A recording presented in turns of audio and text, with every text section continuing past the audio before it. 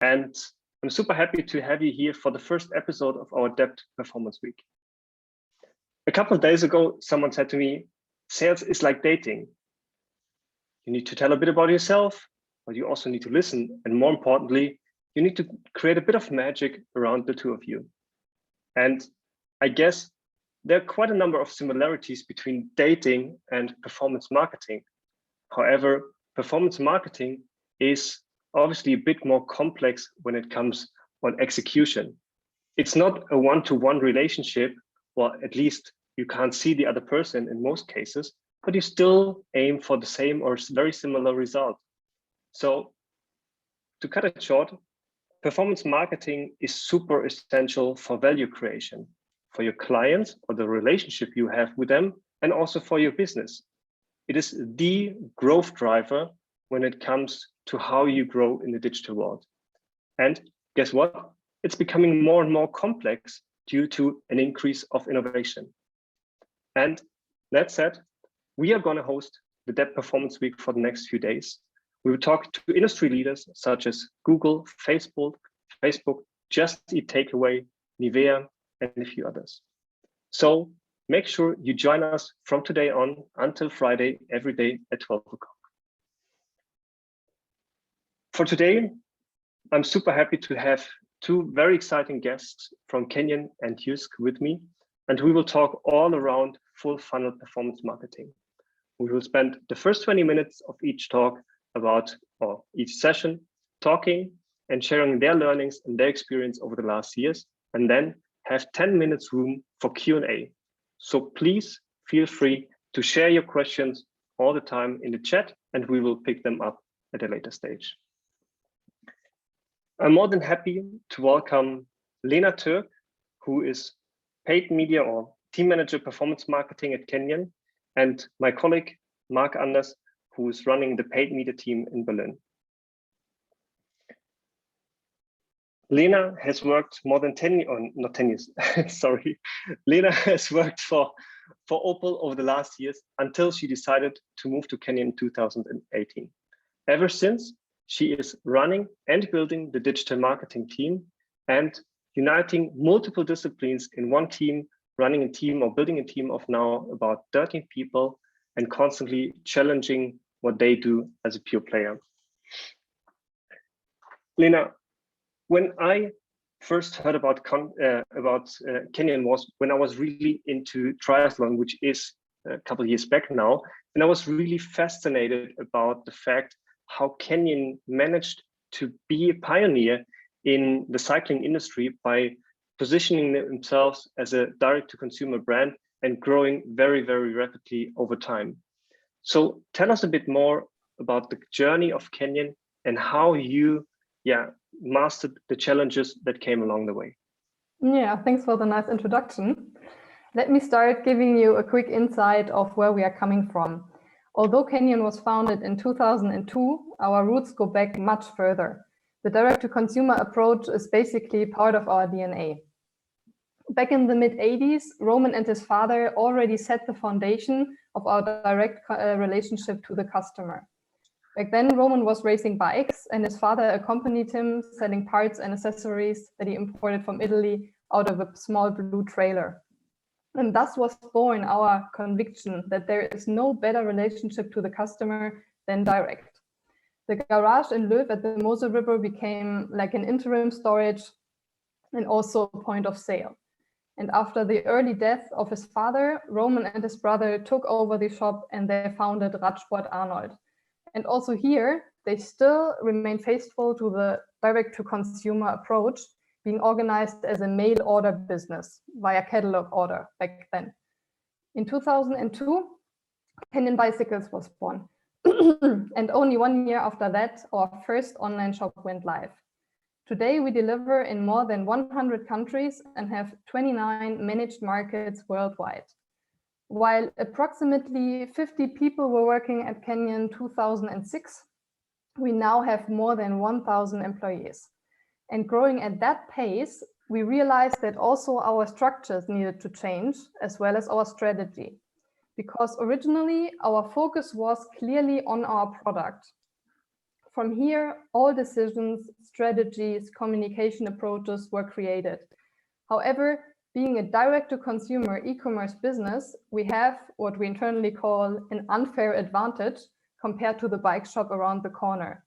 That means that the local bike dealer might receive an email address when a customer purchases a bike, while we not only know those customers who purchased a product with us, but also potential customers out in the market. We can look at the demand in the market as well as the behavior of the customer. Our data helps us to understand and connect better to the customer, as well as reacting to the customer needs. And with that in mind, we changed our strategy, putting the customer 100% in the center of every decision. So looking at our history, we are actually looking back at a full transformation from a traditional bike shop to a global e-commerce direct-to-consumer business. Today, Canyon is one of the most innovative bike brands in the world. We are leading in sport, supporting athletes across all disciplines, for example, Jan Frodeno, Lionel Sanders, Emily Baddy, and also teams like Movistar and Canyon SRAM Racing. But we are also looking at moving around in cities. So for example, last year, we launched a so-called concept car, which demonstrates how the role of the bikes might change in the context of urban mobility. With everything we do, we want to inspire to ride. It's super exciting. So, Continue.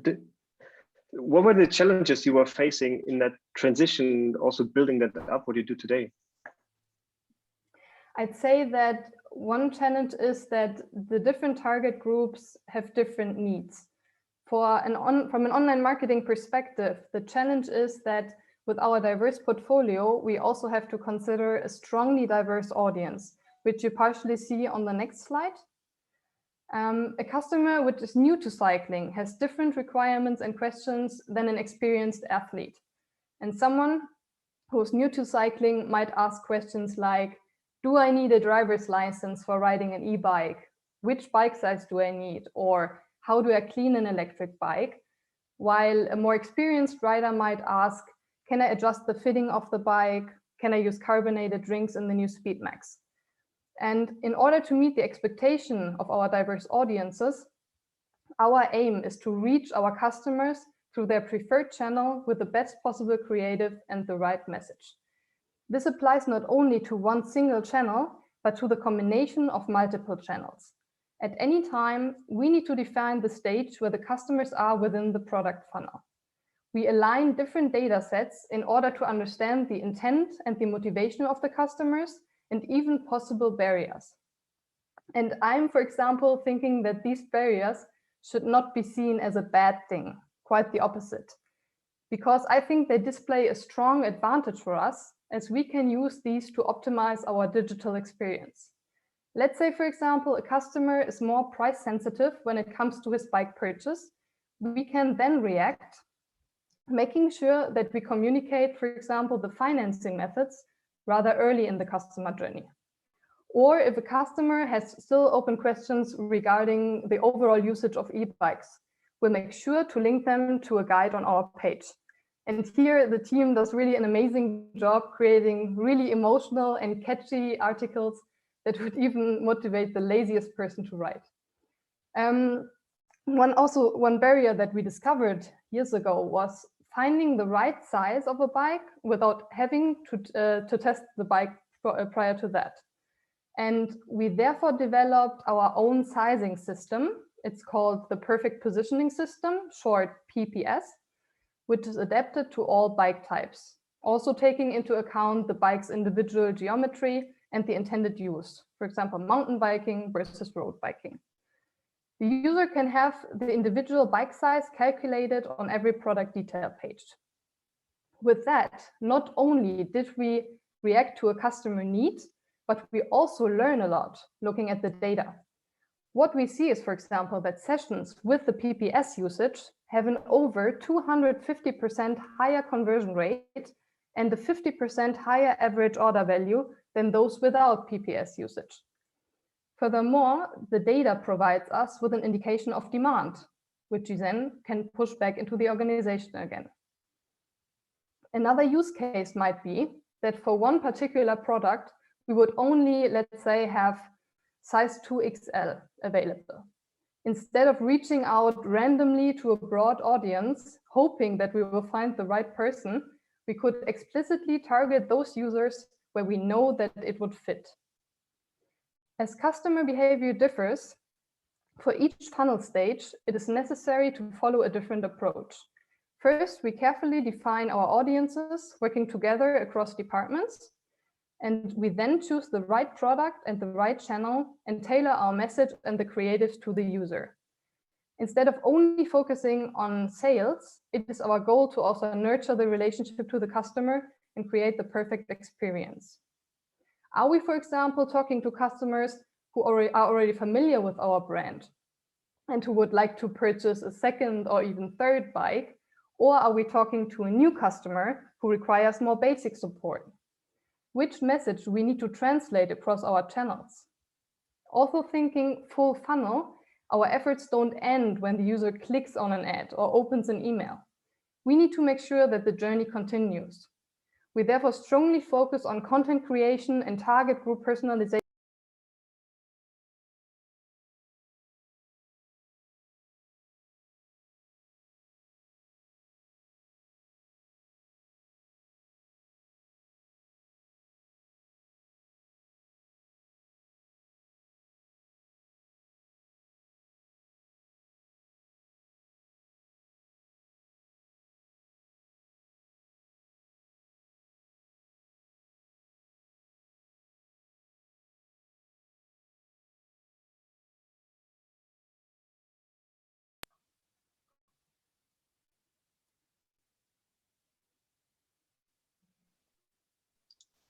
Lena, can you hear us? Yeah, I do. Okay, now we can hear you again. As when was I You talked about personalization, and then I think we lost you. As of when? Do you remember? It was about personalization. Apologies, but did you hear PPS? Yes. Mark is nodding. Yeah. I can maybe enter. Sorry for then repeating. As customer behaviors differ for each funnel stage, it is necessary to follow a different approach. First, we carefully define our audiences working together across departments. We then choose the right product as well as the right channel and tailor our message and the creatives to our users. Instead of only focusing on sales, it is our goal to nurture the relationship to the customer and create the perfect experience. Are we, for example, talking to someone who's already familiar with our brand and looking for a second or third bike? Or are we talking to a new customer who requires more basic support? Also thinking full funnel, our efforts don't end when the user clicks on an ad or opens an email, because we need to make sure that the journey continues. We therefore strongly focus on content creation and target group personalization on page in order to meet the customer intent. One option would be to link the user to dedicated landing pages that provide more details on what has been teased before. It is our goal to create a frictionless customer experience across all touch points. And now I hand over to Mark, who will dive a little deeper, explaining how we are doing that. Thanks, Lena. So please go to the next slide. Great. So as Lena mentioned, we not only look at the different needs different target audiences have, but also at what stage in the customer journey they are currently in. So therefore, we use the See, Think, Do, Care framework. This framework easily maps the customer journey of a user into 4 different phases, from See to Care. And together with Canyon, we use this framework for all digital marketing activities. So each phase looks at different audiences with different communication goals and KPIs to reach. So if we look at the See phase, we are communicating with all potential customers of Canyon or a certain bike category in order to generate awareness for Canyon and reach branding related KPIs such as brand lift and reach and frequency. Our messaging depends a lot on what potential customers are looking for initially when researching bikes without considering Canyon in the first place. A go-to method here is video advertising across different channels to generate a high reach in the target audience while keeping a healthy frequency. Video formats allow us to tell informative and/or emotional stories to help Canyon get into the relevant set of a user. The think phase then is heavily focused on why Canyon is the right brand for the user. And there we give additional information on the bike categories. We highlight the brand's overall USPs and generate quality website traffic and engagement with our advertising. Search, social, and display are channels that can really support this goal by using their advanced targeting capabilities and to communicate individually with different user groups, depending on their needs. So here it helps to use various creative formats in order to really stand out and to drive engagement from the audience. Then we have the do phase, and the do phase focuses on the conversion and transactional part. So we communicate reasons to buy and make it as easy as possible to convert. By using dynamic creatives in that stage, we make sure that the bikes we advertise are the most relevant for each user. So both search and social offer many different possibilities to use product feeds as a basis for our advertising. So you don't have to create tons of creatives and campaigns manually anymore. It's more important than ever to have convincing ad templates in place and have the network's algorithms do their job to show different variants to different user groups. So for example, smart and standard shopping campaigns on Google or dynamic product ads on Instagram and Pinterest are well-performing solutions for this. And then lastly, the care phase is all about continuing to build a relationship with Canyon's customers, either to initiate cross-sales with suitable products that are, again, dynamically selected depending on the bike customer purchase, or to build a long-term loyalty by focusing on more inspirational or informative content. With their broad product range, Canyon has a lot to offer for all cyclists. And here it is key to use the available customer data to identify and also predict the upcoming needs of the customers. So typically CRM activities play a key role in this phase to welcome new buyers and provide them with value-adding information in the long run. So as you can see, we look at the full picture of the customer journey and make our messaging as relevant as possible across all 4 phases of the See, Think, Do, Care framework.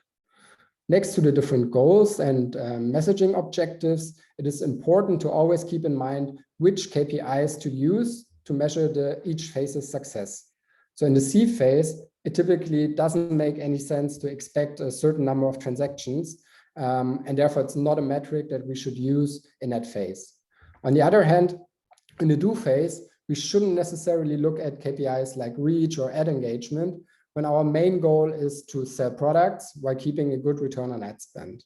So we can really recommend to use this or a similar model to structure your customer journey and therefore also your marketing campaigns.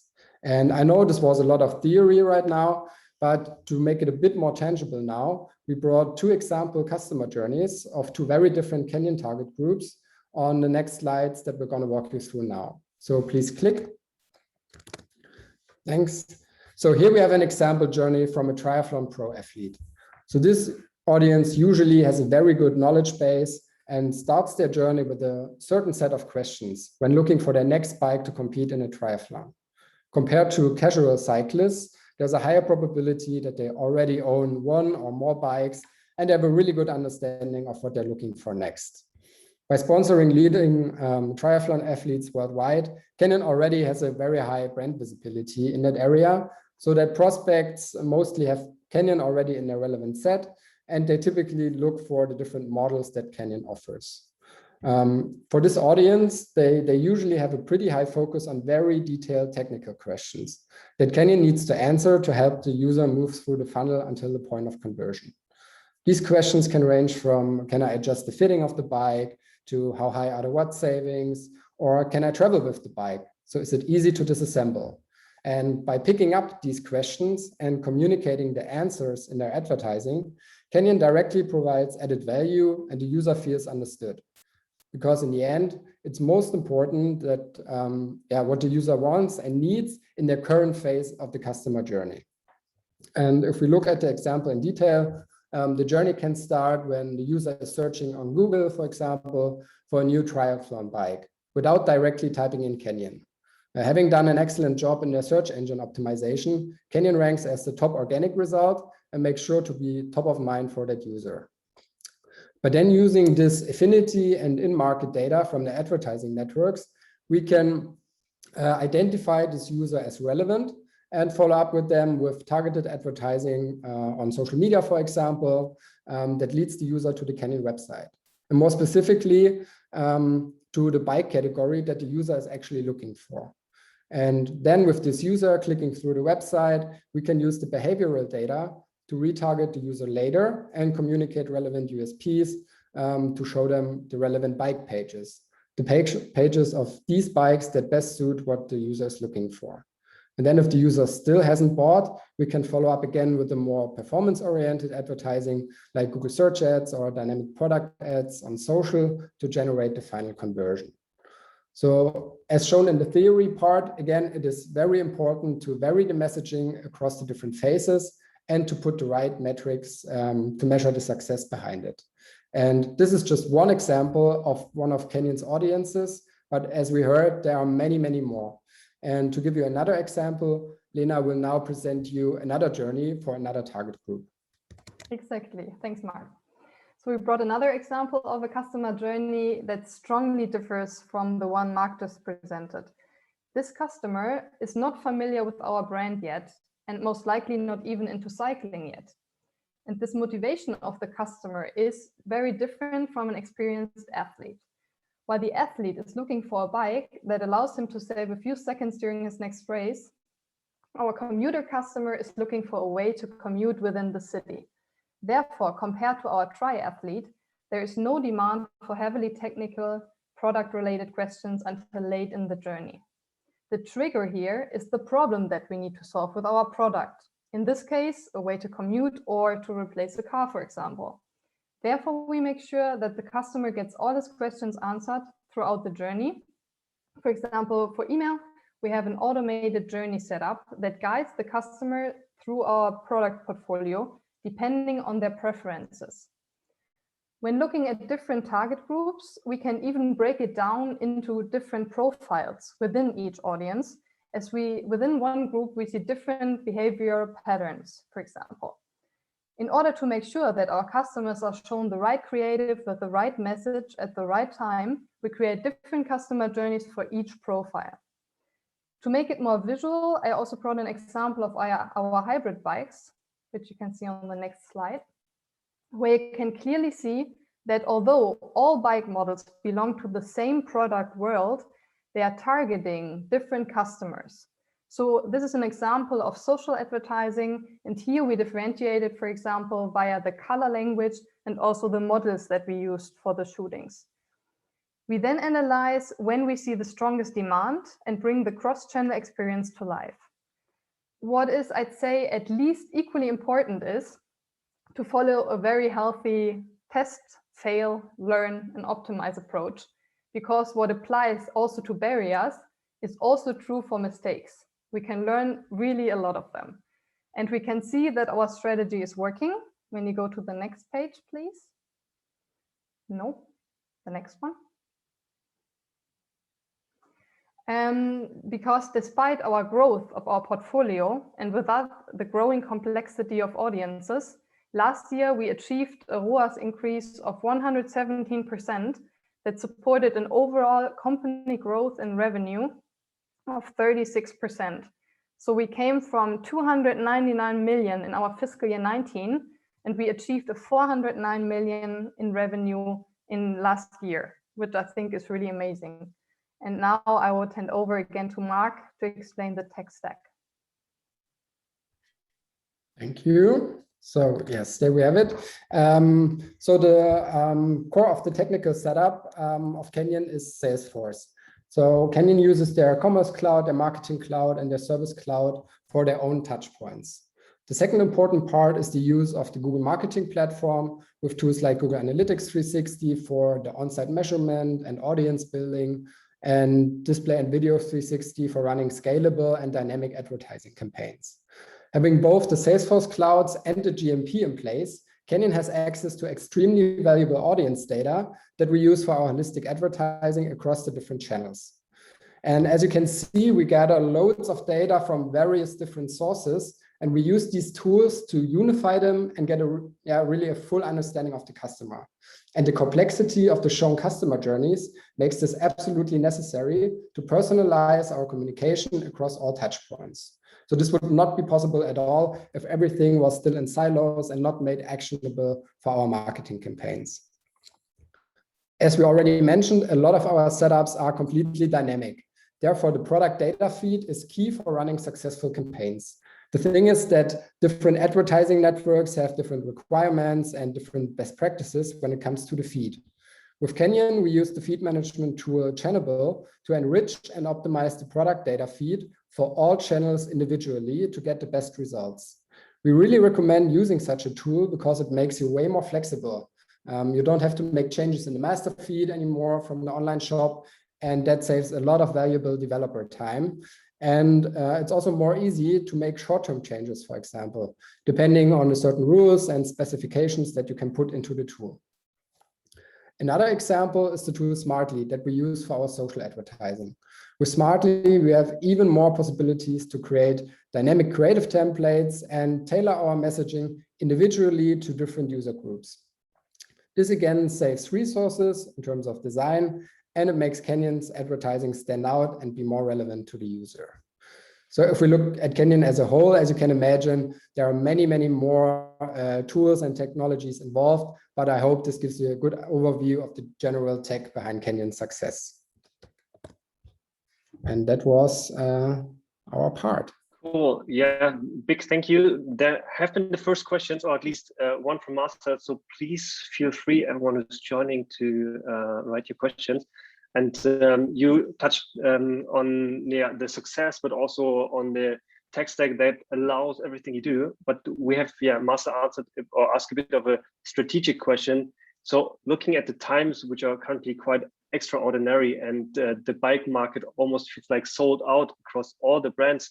So how do you deal, or how does Canyon deal with the situation that there are almost no bikes available also within the industry? And how does that translate into your customer journey and your full funnel activities? Yeah, I think overall it is a big challenge for everyone in the market currently, because everyone really wants to buy a bicycle. And this is something obviously which we support. And I'd say that what we do in terms of automatization and communication is to obviously concentrate on bike models we still have in stock and still make sure that we get the customer the information they require, because as Mark presented our purchase funnel, we have different phases, and we have also customers, for example, who already purchased a bike, and we really want to make sure that we will provide them the service and everything that they require even further down in the funnel, and obviously making sure that we will get more bikes in the future, which I think is, as I mentioned, a challenge across all the markets, because the Corona impact was rather positive, but also challenging. But this is what I would say is the challenge in the current situation. Yeah, cool. And there's another question from Mike coming in where he says, well, there's a lot of data coming in through all the different channels. So how do you process this? How do you look at it? Do you review it every week, or how do you actually deal with it? Yeah, that's a really good question. Because we have, as you mentioned, many different data sources. And what we do is we combine them, for example, in different dashboards, like the most important ones when we have to solve a use case. And we actually review them on a real-time basis. So those people working with this kind of data would have a look into this whenever they need. So it could be like every hour, it could be only once per week. So it really depends on the use case. But we will make sure that we are always looking at the data we need, which is, I think, most important. Yeah. And looking at the team you need to make all the content happen, that's a question coming from Roger. How does the team look like to build all the journeys, all the content for the journeys, and also the landing pages? So these are basically different teams, because when you're talking about who's setting up the journeys, who's responsible for the advertising part and so on, we are talking about multiple teams. Only looking, for example, at my team, we have even there different disciplines like SEO, SEA, CRM, email, data analytics, and so on, completely together in one team. But we are also working closely together with our marketing department. So they are responsible for all the amazing video material you might have seen, but also the copy production, for example. We also have a UX team, and they are responsible for everything that's happening on website in terms of design and customer experience here. We have a merchandising team, and the merchandising team is responsible for building landing pages, for maintaining the product on page. And therefore, I would say it's really a perfect cooperation between different departments in order to be successful. Cool. And there's one last question from Vito. So your customer journeys mainly works with remarketing, right? And these lists mainly come from Salesforce, question mark? Yeah, Mark, do you want to take this? Yeah, maybe I can take this one. So it's again all about the different phases. So as I've shown previously, in the different phases, we also use different targeting possibilities. So from a more broader approach with geographical, social demographic data to interest data, down the funnel with affinity and in-market data, then the behavioral data from the websites. It goes really down the funnel, and in terms of remarketing, which is mostly used in the do phase, it's of course an important part for the performance part, but especially for the upper funnel activities and being visible for new customers out there, for new audiences. It's definitely not enough to talk to the people that already know you, but to also be more broad and there use the different creative and personalization possibilities that we've shown today. Yeah, but you're also totally right that CRM data is obviously one big part of that. So we have the chance, obviously, to create lookalike audiences, as Mark mentioned, for example, for new customer acquisition and so on. So really good question. Yeah, cool. Many thanks for taking the time and giving us your insights or sharing your insights with us, and also the learnings you've taken from what you do in Kenyon. As time moves on, I would also move on to the second part of our conversation, where I have another two really exciting guests. On the one hand side, I have my colleague from Copenhagen, which is Sanna. Sanna has been working in digital marketing across the world, actually in UK, in Australia, and now is in Denmark. So has a very broad background. And the second guest, we have Kasper here. Kasper has been working in e-commerce strategy and digital marketing across various agencies such as MCB, such as AKQA. And in 2018, he decided to leave that agency world behind and moved over as a head of digital marketing to JYSK, where ever since he's been pushing the retail transformation in their business. And I'm really happy to have you here and would be super curious to understand more about how you push the full funnel strategy at JYSK. Thank you very much, Oliver. I would like to start off by asking you, Kasper, to tell us a bit more about JYSK strategy, which is called Seamless and Closer to the Customer. How did that come about, and how does it reflect your everyday work at JYSK? Yeah, thanks a lot. And thanks for having me as well. The Seamless and Closer to the Customer, you could say, like in many big enterprises, we are constantly evolving and also adapting our strategies. And the Seamless and Closer to Customer was, you could say, the continuous work of what we have also been working at previously. Our previous strategy was called Customer First, and now we are called Seamless and Closer to the Customer. So you could say it's a step up the ladder. And I think it's in JYSK, the strategy work is really a great example of co-creation, where the different departments across the organization is really you could say strongly participating in that. And I don't know if everybody in the call knows JYSK, but maybe I can just put a few words on it. And I can see there's a lot of people from Germany as well. And in Germany, we are not called JYSK, we're called Danish Bettenlager. Just to put that straight. And JYSK is a global retail chain that sells everything for the home, basically, within sleeping especially, and of course also everything furniture related. And our seamless and closer to the customer strategy is really focused around the last word of it, really about the customer. So everything that we do is centered around our customers. And it's important to say that right now, JYSK, we have around 3,000 stores and also running e-commerce in 28 markets. And the key important thing is for us that we don't really care where the customer decides to purchase. It could be online or it could be in the stores. We don't really care as long as they buy with us. And I think that is a big and important step to take, at least if you are a omni-channel company, that you break down the silos when it comes to the different cannibalization of the channels. We need to be completely channel agnostic and free of that part. Yeah, so I think that is the most central thing in our strategy when it comes to the whole seamless part and closer to customer. Yeah, I think that sounds very interesting, and I think that user experience and customer experience has become a bit of a buzzword lately, and a lot of people say that they do, but the question is how much of the strategy is really there. You mentioned breaking down the silos. Can you give us a couple of examples of how you do this, how you become channel agnostic, and how you kind of incorporate this in your strategy?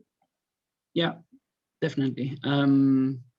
I think there's multiple examples, but I can just bring out one that I think is really relevant for many companies. I think that most retail companies are working in some sort of bonus based salary packages for different employees, and we are as well in JYSK. But I myself don't have any treat or any you could say carrot to run for when it comes to online sales. So I'm as well not focused on driving more online than offline. I think that's really important. And looking at it from the store perspective, our stores and our employees in the stores, they value the online channel as well, because even though they in the store, we have a lot of products that are not available in the stores. Our stores are typically between 1,000 and 300 or 3,000 square meters. So we cannot have our entire assortment in the stores. So some of the products will have to be, or some of the customers will have to be guided online. You can actually buy this product online, or I can order this for you in the store and get it delivered to your home. And they are also incentivized by that. So the store employees are also having a benefit from actually selling stuff online. I think that is a very, very important thing when you talk about breaking down the silos. Yeah, absolutely. And that of course comes through in some of the work that we do together, that is tying together this online and offline, and understanding how your customers behave throughout the funnel, and how we can get them to ultimately find what they're looking for and convert in the end. I wanted to take this a little bit towards the online part. You opened your first web shop just over 10 years ago. And of course, a lot has happened to the digital space in the last 10 years. But can you tell us a little bit about how your work with customer journeys have changed during this time? How do you consider the journey to be different when you now have online as well to consider? Yeah, I think of course many things have happened the past 10 years, And especially within the last, I would say, 5 years, maybe, we have had an acceleration when it comes to the digital part. Working specifically with customer journeys, like we just heard from Lena, with Canyon, we are not so data-driven, customer journey focused, you could say, as we heard Canyon was. But strategically, we look at it from a you could say omni-channel perspective again. So we know that the majority of our customers are starting online before they actually maybe decide to go into a store, and knowing that, of course, we need to also be securing a very, very strong position online. Whereas if you look 10 years back, I wasn't part of the company back then, but I don't think that we had a very, very strong presence online. I guess we were mainly focused on being present in organic search results. Whereas today we have a very, very strong digital marketing setup where we are covering digitally the entire full funnel. So being very, very present in the upper funnel, creating strong brand awareness and great visibility of our brand in general, and of course specifically around our campaigns. For those of you who know JYSK knows we run a lot of campaigns, and all the way down to the lower part of the funnel, where we want to secure very, very strong ability to pick up the customers when they are, for instance, searching for JYSK or have visited JYSK and then browse on. We of course want to collect those sales as well. So I think you could say JYSK is a 40-year-old company, and JYSK was the first company in Denmark to be on national commercial TV campaigns, and it has always been about pushing the message out there, and we're still about pushing the message out there. But of course, we also adapt to where the consumers are today, and do that in the different channels that are available for us. Yeah, and of course, a lot of happened as well with the technology that we have available to us to tie all of this together and to track customers and to kind of map out this online to offline journey. So that's also a very, very interesting part of what we work on with you. Yeah, exactly, and I think it's very interesting that you touch upon the whole mapping of online to offline, because that is, I would say, where we struggle the most, because JYSK, opposite of many other offline retailers, we don't really have any. For instance, we don't count our visitors in our stores, so we don't have that good a metric of how well we are actually driving traffic into our stores. We measure the sales, of course, but we don't really measure the amount of traffic that we drive. And this is a you could say a problem for us, because it's difficult to completely say, okay, our campaigns is working, but we're not selling to the customer. And of course, this is something that we are working on constantly to be better at connecting those dots. Absolutely. I want to take this up a level, because of course you are a global company. You have activity in 51 countries, one way or another, and you also have a very old and very strong brand. How do you ensure that you keep your brand true while you adjust to the different profiles that your customers across the world have? Yeah, that's a good question. Well, I think JYSK is one of the strengths in JYSK is that we are really concept driven. So we of course we want to base our decisions on insights and on knowledge, and we do so together with great partners like DEPT. And then when we decide on a specific concept for a specific area, then we roll that out to a great extent globally.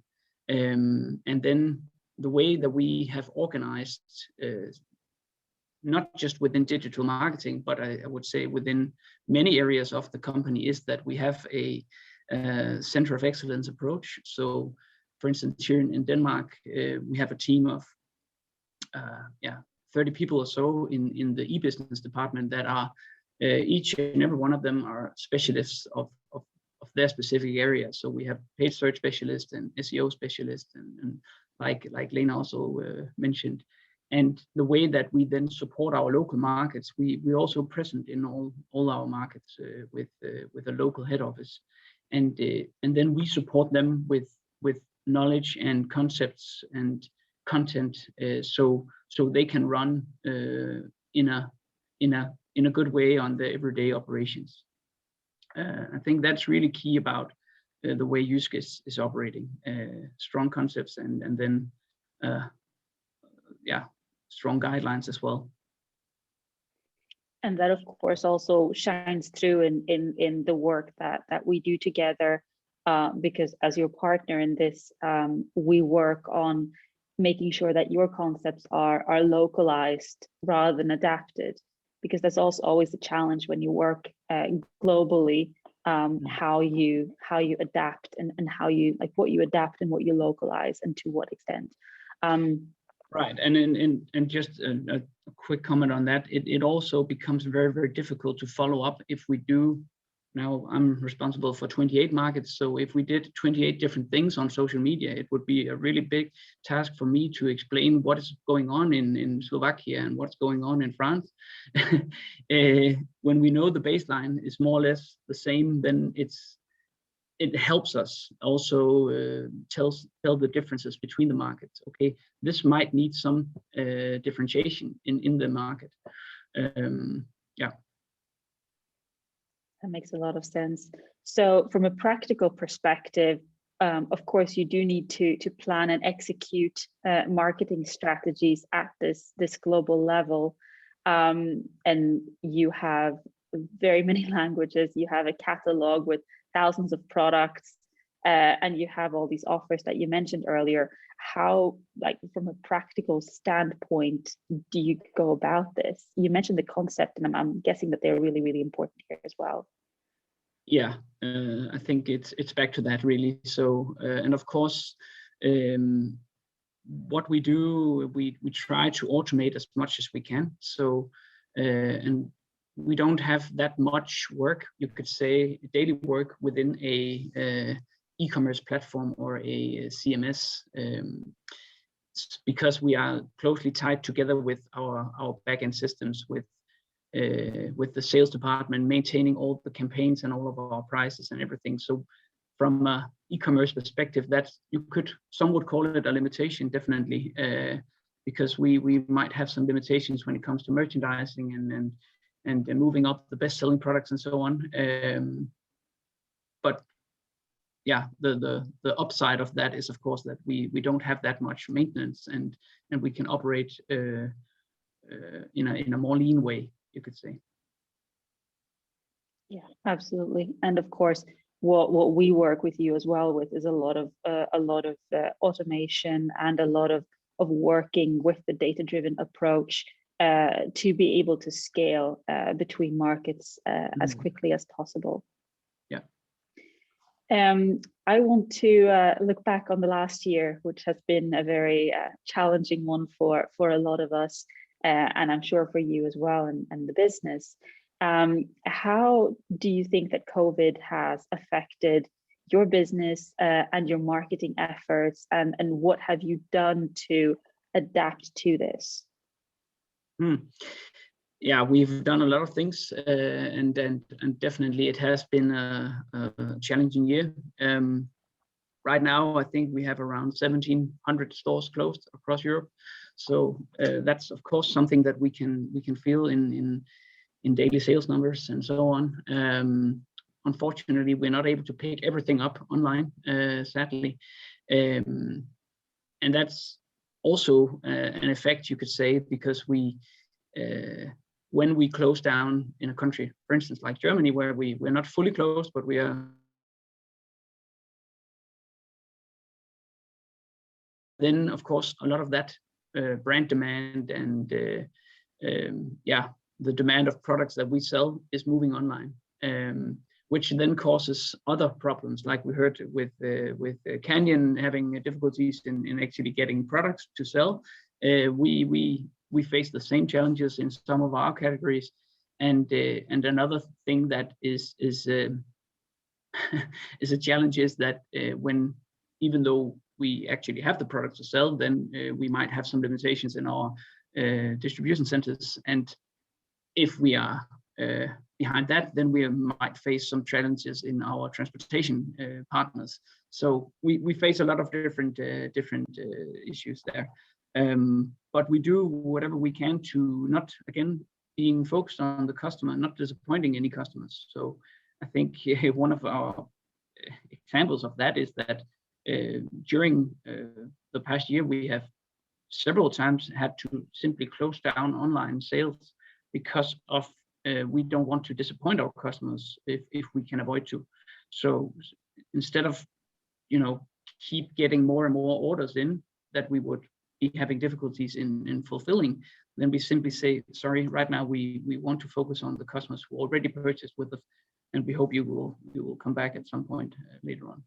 And I think that's a very brave decision to make, because of course it's that balance between keeping customers happy and still going after those sales. And I think that there would be a lot of businesses who wouldn't be brave enough to actually close down their online sales to, like you said, focus on the customers that you do have and the orders that you do need to fulfill. Yeah. And that's of course also to the latest extent of it. You could say we also have some variants in between. I think the first lockdown in spring last year gave us a lot of valuable lessons in terms of how we can adjust also our different marketing pressures that we run. So especially digitally, of course, we can quite easily turn on and off everything, and we have done that to a great extent. So we have I think right now a matrix of 7 or 8 different scenarios, where one scenario could be we are fully open digitally, but we have a transportation company that is causing us some trouble. Then that will cause us to turn up and down the different nozzles. Yeah, and of course for us, because I work with the paid search, which is of course a very low funnel activity at your end, and we're driving a lot of traffic to the online store. And we've worked a lot with this, with the reports that we're getting from you, and working out exactly what to turn on, what to turn off, how to keep our activity at a level where it makes sense for you, that you can keep fulfilling the orders. And sometimes we feel like we could have driven so much more, but it's like you said, it just wouldn't make sense to. So it's always a balancing act, right, at this moment. Yeah, exactly. So in terms of the future and now a world post-COVID, which we're hoping will be in soon, what's your take on this? Do you think that things have permanently changed? Do you think that things will go back somewhat to what they were? What do you think? I think that the human species are pretty much doing what they used to do. So I think we will go back to the old patterns, really. I still believe in the physical store. I still believe that people will like to lie down in a bed before they buy it, for instance, or sit in a sofa. But for sure, we have had a lot of customers who have had their first experience with buying something online, and hopefully not just JYSK, but also other companies have given them a good user experience and a good experience with getting from the order session until the delivery. And hopefully, of course, we can see this development in the future as well. And I think so, but I really also believe that there is a place for the store. And just an example of it is that when we have had stores closed in a country, we just had 2 months in Denmark where we had all the stores closed. And that was January and February. And when we opened up in March, we more or less collected all the sales that we missed in January and February in the month of March in the stores, because people were, like horses in waiting just to go. Or, right now we are in Denmark in a farming country, and soon the cows will be out on the grass, and I'm looking at the consumers the same way, going ballistics when they have to can go outside again and be physical around each other. And I think that the stores is a great way of also entertaining yourself and your family in the weekends and so on. So the key will be to give the consumer a great experience when they go into the store and making it as seamless as possible. So for sure, I believe in distribution, you could say, or having different ways of interacting with your customers. I completely agree. I brought in the cow example. Well, I think, yeah, I think that's a pretty fair comparison, though, and I completely agree. And this again brings us back to the whole agility between online and offline, and the shifts that we've seen towards online and that we might see back towards offline just further shows us that it's really important for us to keep that focus on like throughout the funnel, offline versus online, and how that customer experience looks like, and how our customers behave. And yeah, I think that the measurement and the mapping is just going to keep becoming more and more important. Then more and more question coming in, and that's why I jump back into your conversation a little bit, because the last one really fits to what you just said, Kasper, or what you talked about. And that's the one from Morten, who says, what do you consider your biggest challenges, and how do you meet with the increased demands online, and how do you keep your customers happy? Well, on the one hand side, online, but also offline. Did it change anything, and how do you go forward post-COVID?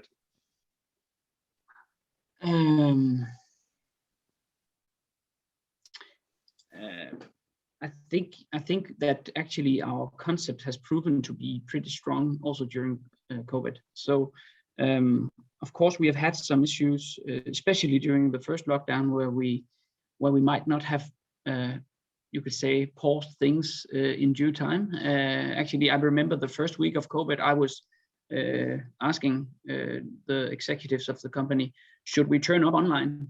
Because all of our stores were closed, and then we wanted to increase and get the sales that we didn't get offline. But 10 days later, it was exploding online on its own, you could say. So I think the JYSK concept has proven to be pretty solid, and what we're working on many different levels when it comes to keeping customers happy, going all the way from product quality up until the delivery time and so on, and keeping strong concepts and making the purchase more and more frictionless, you could say. I think that is definitely on the roadmap.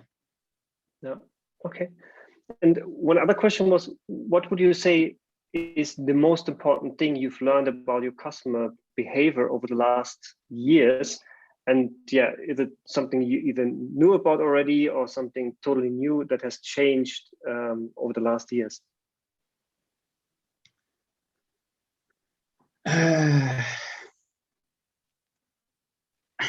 That's a good question. I wouldn't say that we have learned one specific thing actually, but one thing that pops up in my mind is that how important it is to create that good customer experience. Because even though everyone globally knows about COVID-19 and probably also knows that companies have been struggling to deliver and do everything right in the past year, we have also seen people not understanding how come I don't get my product when I order it. And I think that is just really, really important for us to remember and keep remembering that no matter what happens, people's expectations are still the same. they want it, and they want what they ordered, and they want it in the perfect way. And yeah, it just becomes table stakes that you actually just deliver on the basics, you could say. Yeah. Thank you so much.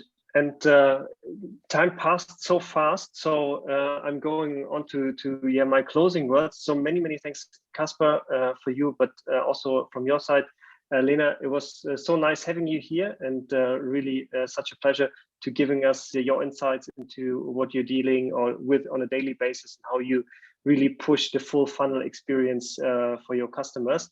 So big thanks for you, and for everyone else who is curious to join tomorrow. Tomorrow we will talk with Facebook and Google about data and privacy. And talking about data, if you're curious to learn more about data-driven performance marketing and how you can master your challenges, sign up at our Data Academy, use the QR code, and yeah, you will find lots of different sessions you can dive into and educate yourself. Many thanks. It was a pleasure, and I wish you everyone a super nice day, and talk to you soon.